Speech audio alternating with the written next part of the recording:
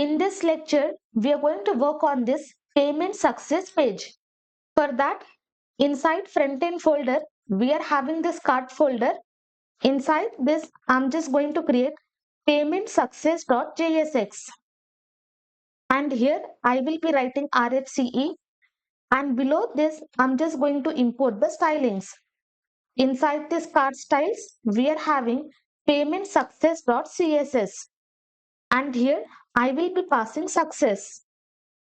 Now open app.jsx, and inside this I'm just going to define the route. So directly what we have to pass? We have to pass this payment success. I will copy and here I'm just going to paste. Okay, we don't have to pass any question mark, any reference. We only have to pass this route, that is nothing but payment success. And if I am having this, what I have to render? I have to render this payment success page. Hit enter.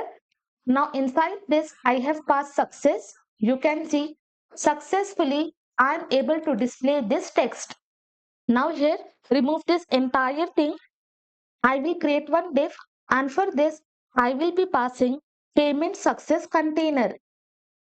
Below this I will create another div.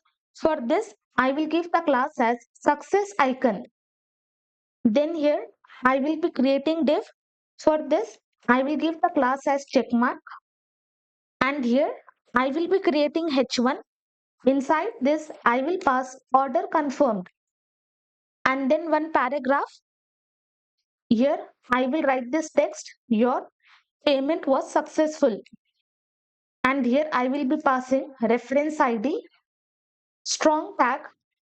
Now inside this, whatever ID we are having inside the URL, that ID we have to display it here. So first here I will write log. Inside this I will be passing use search params. As soon as I hit enter, this hook will be imported.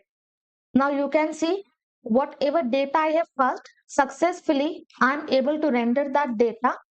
But let me inspect, and inside this, what this use params hook will be returning? It will be returning array. So now from array, I'm just going to destructure the value. Remove this, remove here.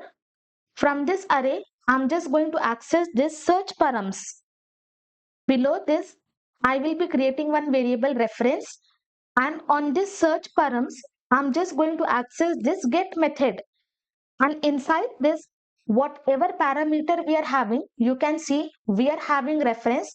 That reference we are just going to pass. So using this, whatever value we are having for this reference, that value will be assigned to this variable. Now that variable, I'm just going to pass inside this strong tag.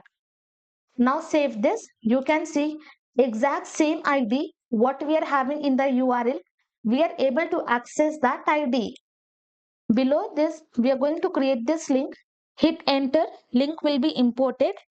And inside this, we are going to pass the text explore more products. And for this, we will pass the class name. I will write explore btn.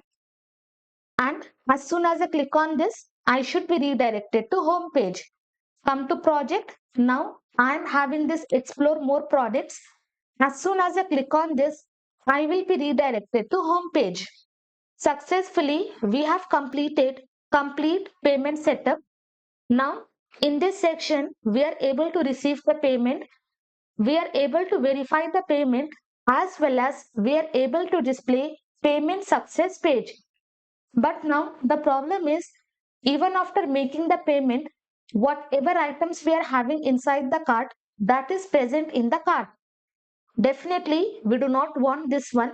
Instead, what we will be doing from next section, we will be working on orders, and once our payment is done, we will be creating the order, and we are just going to clear all the information from cart.